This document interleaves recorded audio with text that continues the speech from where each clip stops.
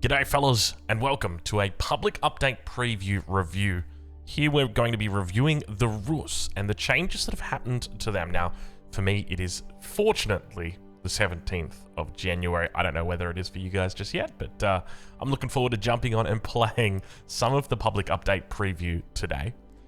So let's get in, take a look at the Rus notes. The way it's going to work is we're going to go through and review every individual change, and then we'll come back and talk about the changes and what we think of them, how we interpret them, that sort of thing. Anyway, let's begin. So, the Kremlin landmark. The Kremlin may now levy militia to the landmark town center. The ability costs 100 food and can be activated every 3 minutes. Militia are a fast and lightly armored unit that have a 90-second lifetime.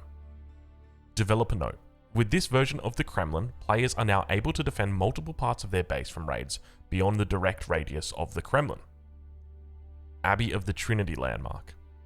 Saint's Reach effect increased from +3 range to +5 range on Warrior Monk's Blessing activation.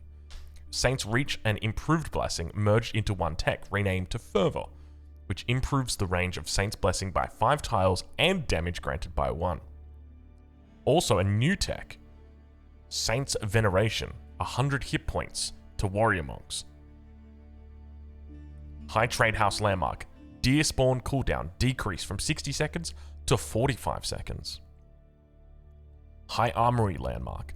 Technologies in the High Armory have been updated. Fine-tuned guns. Base effect for nearby workshop stays the same. Okay.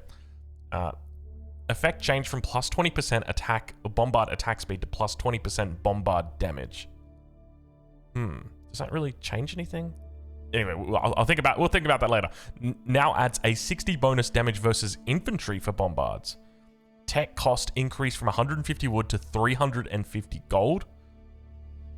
To 200 wood, 500 gold. Siege crew training. Effective instant pack unpack now also applies to bombards. Still applies to mangonels and trebuchets. Wandering town. Effect increased from 100% damage to +50% damage. Now also grants 2 healing per second in combat to rams. Yo. Developer note: the High Armory sees a lot of use for its discount aura, but since the nerf to banded arms, the unique technologies are not used as much as we'd like.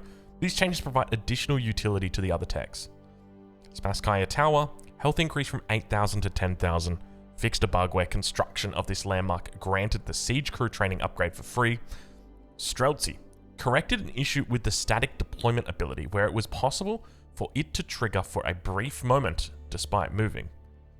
Blessing duration technology renamed to Divine Light. Rus deep fishing reduced. Rus shore fishing increased. And Rus improved palisade wall. Health decreased, but build time also reduced. So, there's some big changes here. Most notably the Kremlin. At the moment, we don't really see the Kremlin used at all. I would almost be tempted to say it is the least used landmark that there is in the game. The Kremlin is pretty much non-existent, and that's largely because the Golden Gate is S+ tier, but also because the Kremlin is just absolutely F tier. It's terrible. And I feel like this doesn't take away from the fact that Golden Gate is so good. I don't think you're going to see Kremlin coming out. Like, okay. You can levy militia once every 3 minutes, and it costs 100 food. Now remember, this synergizes well with your civilization bonus, that you have faster food gathering, whether that be 5%, 10%, 15%. And it says militia are fast and lightly armored units that have a 90-second lifetime. So fast and lightly armored, I'm guessing it's like 1 or 2 armor. And fast, probably like a palace guard. Now, interestingly, it says that they have a 90-second lifetime. And it doesn't say how many they spawn. Because this could be... This is reminiscent of Minutemen for Age of Empires 3, which are a unit that spawn at the town center. They cost 300 resources. And their health is draining from the moment they're born. And after 60 seconds, a minute... they will have only 1 health left, and they will remain alive, but they will just be walking around with 1 health. And that's why they're called Minutemen. It's a different reason as to why I'm called a Minuteman, though. That's a dad joke, guys. That's a dad joke. Calm down. That's a dad joke. Gosh, we're 5 minutes through this video and I'm already cracking the stupid jokes. Anyway, so I guess we have to see the stats on the unit. Obviously, if this unit comes out and it's like it's an elite minute, or if it's an elite palace guard for 90 seconds, then it might actually be pretty decent. The main thing is that it's going to be to the landmark town center, so you're not going to be able to change where you get the militia from, and it's going to be largely defensive. You will be able to take them on the offensive with 90-second lifetimes in 1v1. In team games, probably not. And yeah, I think the question, like, do we just see people looking to try and just suicide in their militias every 90 or every 3 minutes? I suspect so, but you got to remember, right? Let's say that you age up at 4 minutes and 6 seconds. You call militia, which I'm going to assume are pretty much instant. You walk them over to your enemy's base. You're probably talking like 4 minutes 40, 4 minutes 50. It's pretty early, actually, depending on how many you've got. And then you can probably like camp them out for another 60 seconds. So I guess, look, I'm not gonna count my chickens before they hatch here. I think that the defensive aspect of this landmark is lol, but the offensive aspect of this landmark is yo. Especially if you could use the Kremlin together, like you go for like a forward outpost and then support the Kremlin on the front line with the militia. So maybe like you put the Kremlin on their gold and then you call the militia in and you start hitting their stone, start hitting their wood. And I think the other thing to note is because they have a 90-second lifetime, you can actually run them under the town center and you don't really care that much whether they die or not, because they're going to die anyway, right? So it's like, yeah, it's an interesting concept. I'm just curious whether they're going to be melee or whether they're going to be ranged. I suspect they're probably going to be melee units, just because they're fast. So it's likely that they're going to be melee units, obviously because you want to kind of clean up cavalry with them. But I think for the Kremlin at the moment, it's still very much, we'll have to wait and see. But my suspicion is it's still gonna be a bit of a meme. You might see people like cheese with it. That would be it. But 99% of the time, it's still gonna be the Golden Gate. All right, so Abbey of the Trinity landmark. So just kind of like cleaning this one up, obviously adding in a new technology, giving it an Imperial tech, which is pretty smart, right? An extra health on the warrior mogs. Now, I think this health also stacks on top of things like, I was going to say royal bloodlines, biology, and Boyar's fortitude. So you're going to be getting an extra 20 health from Boyar's fortitude, and obviously an extra 20% health from biology as well. So that's some nice little stacking there. But this is also a buff to the Mongols as well, because they actually get access to warrior monks through their Cabinet Palace landmark. So that's nice.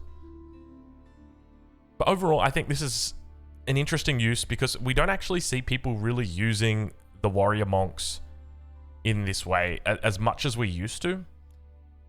It was mainly just about picking up relics, and then that was pretty much it. You know, just having control of all 5 relics. So perhaps we'll see people look to try and use a few more warrior monks. I suspect we probably would. I mean, this is pretty decent, right? Like if we go have a look right now at the Rus and at their, I think we want to check the Abbey of the Trinity. Let's double check this. So I know that I don't know exactly what the amount of damage that they, or what the buff is that they provide. So I know that they provide 1 blessing. I think, or one damage. I think that they also provide armor. Does it actually say here?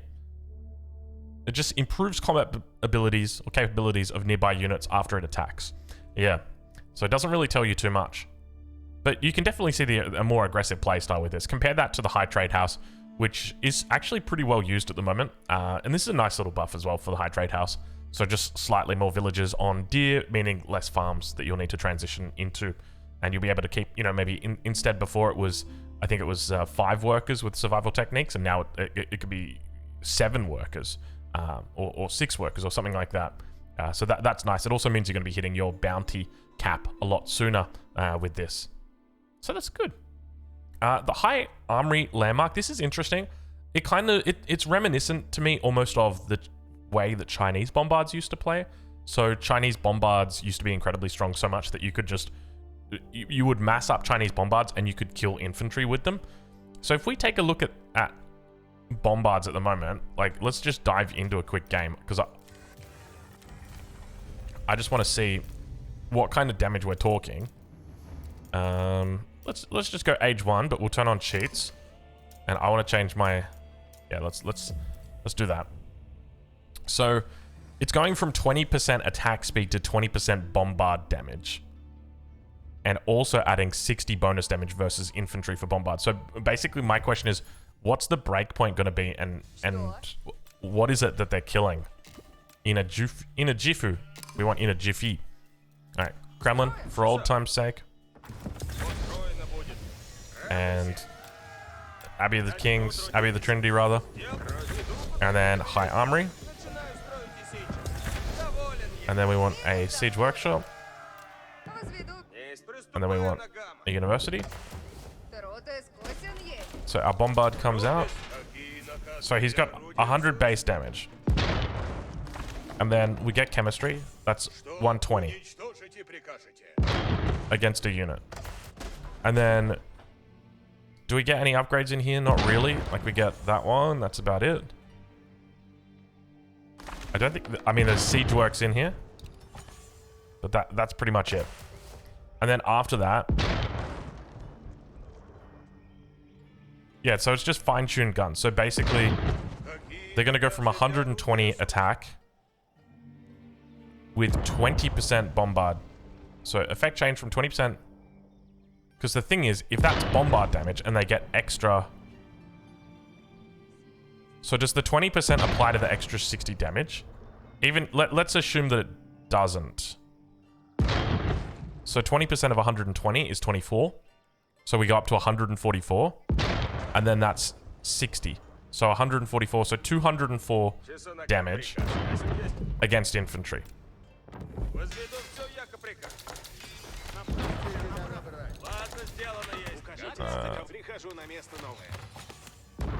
Okay, so they one-shot. They already one-shot these guys. Streltsy gets one-shotted. Spearman with a 130 health gets one-shotted. Men-at-Arms also gets one-shotted before Elite Army Tactics. After Elite Army Tactics, it doesn't. Spearman still gets one-shotted. So it kills all infantry except for Men-at-Arms. The Bombard. So, do we see Rus spamming Bombards? Because remember, the Bombard is also getting a reduction to the cost. Wood cost is also going to be cheaper. And throw that in with the bonus of the High Armory. And you could see a return to, like, mass Bombards in the late game. Just because they're cheap and they're one-shotting infantry units. So you could pair them with, say, Streltsy Spear Bombard, and then protect them with Banded Arms Springles. Because remember, your Banded Arms Springles have a much, well, not much greater range. It's a slightly longer range. Do we not have... Yeah, we don't have an attack ground with the Springles.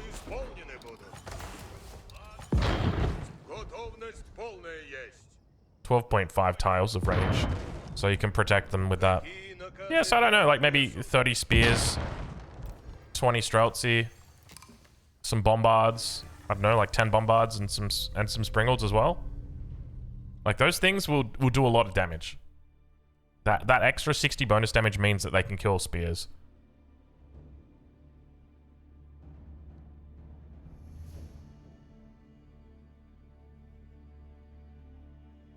Okay. The tech cost increase is kind of negligible, doesn't really matter. And they also have instant pack and unpack now on Bombards. So yeah, they're very much trying to push this direction of, hey, make Bombards to kill things. Which is, you know, that's a good direction. Wandering Town, effect decrease from 100% damage to 50%. So Wandering Town is the increase to ram damage, I'm pretty sure. But we're just going to double check it. Yeah, it is. I like it's the little love heart. You'd think it'd be like battering ram health. No, it's damage. It's like, here, come to my ranch. Now also grants 2 healing per second in combat to rams. I like this. Most notably, it's in combat. So out of combat, they're not going to get the 2 healing.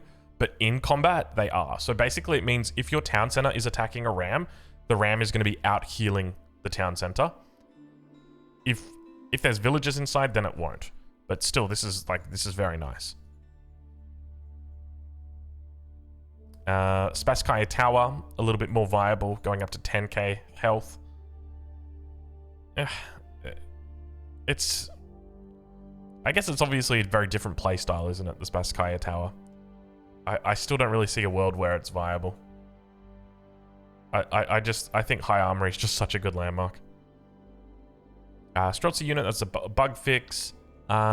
This change here is just in line with the other fishing boat changes.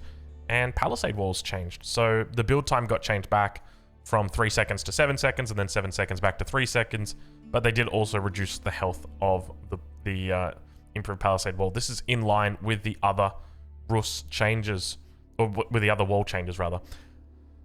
So, overall, I don't think this changes the Rus very much. I don't think this makes them more viable as a civilization in the current meta.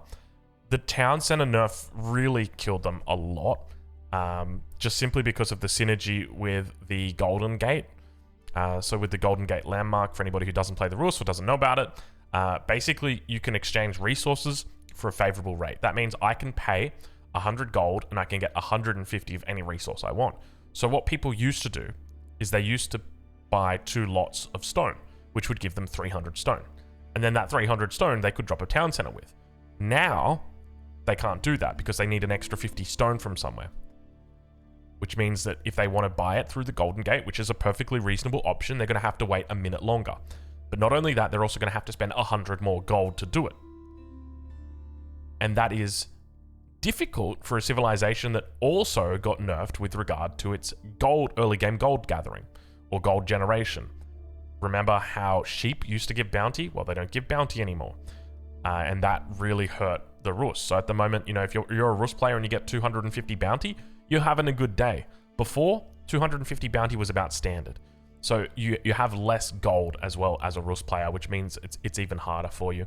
So perhaps we see a more aggressive one base style coming out with the Kremlin. Like, I wouldn't be surprised in the next week if you see Beastie Cutie Kremlin rushing somebody and then hitting them with militia, and then, I don't know, at the same time expanding with a town center. Something sweet like that. That could work as well, because you're kind of like putting the aggression out onto your enemy for a minute. Buy yourself some time.